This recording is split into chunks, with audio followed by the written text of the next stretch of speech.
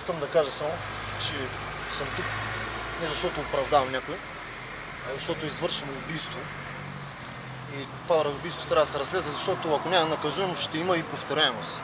Днеска е Горан Горанов, утре ще е някой друг, някой наш роднина, който е влязал за няколко месеца и е накривил шапката на въпросните старшини, които се чувстват за цари тук.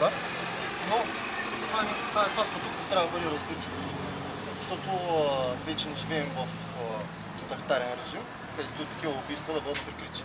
Както виждате, звъним от супер много време и никой не ни отговаря.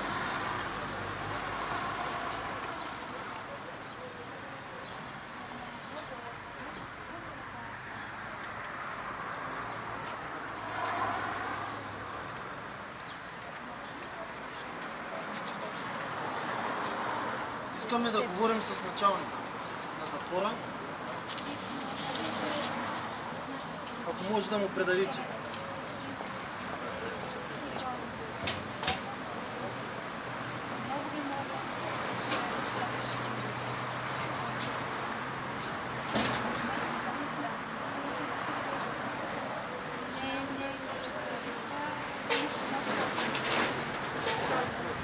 Това е институцията към Министерството на правосъдието, което явно не е точно правосъдие, защото тук става въпрос за разследване на убийство, а те дори въобще не искат дори да ни отговорят на звънеца. Ние ще продължаваме да звъним, защото трябва да се понесат отговорността въпросните виновни лица, за да се проведе нормално разследване. Защото за това убийство законът предвижда от 15 до 20 години лишаване от свобода до животен затвор или до животен затвор без замяна по член 116 от Наказателния кодекс. Извършено от длъжностни лица при изпълнение на служебните им задължения. Вие не видяхте ли? Както виждате, никой не отваря. Дори с шапки не можахме да го подобрим. Продължаваме да снимаме.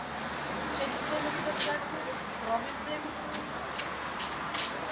Просто беше малко освобождаващ само. Не се съгласявате с аутопсията, че... Не, това не е... Не, това е убийство. Как ще го кажа, да се доказва как ще почина. Това са го затворят и ви пуснат пара с 130 градуса, как ще отсигурят? Ви били ли сте наставени? Извинявайте, ще може ли да се покаже някой? От Български юридически комитет сме дошли тук да... Колко градуса? Моля директора да излезе за коментара, защото от Български юридически комитет сме дошли. И смятаме, че случая е доста обществено достояние и трябва да бъде коментиран по някакъв начин. Моля да предадите на началника, защото все пак той е директор на това заведение и следва да коментира. Окей, чакаме коментара му. Значи трябва да пишете по-позитивно. Уведомили са директора на затвора. Сега ще видим какво той ще каже, дано да излезе, за да коментира по някакъв начин. Все пак, ако той не излезе да коментира, означава, че прикрива подчинениците, което го прави по един или по друг начин мълчалив съучастник в това убийство. Затова нека да изчакаме, да може да излезе, за да коментира.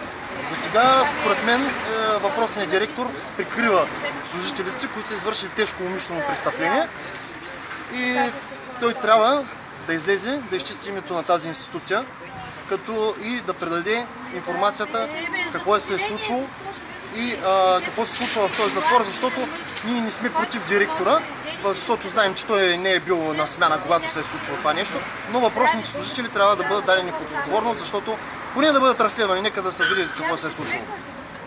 Какво стана? Държавата го уби. Държавата го уби. Да ти лъжи. Снимай го. Така ли, господин? Да, доста лъжи. Починал ли е Горан според вас? Защото го казахте, че бил починал. Да. Не, просто такива журналисти и провокатори. Колко страдахме. Продължаваме да страдаме. Всеки... Когато един човек не могат да го преклонят, го убиват. Това е положението. В България е така, за съжаление.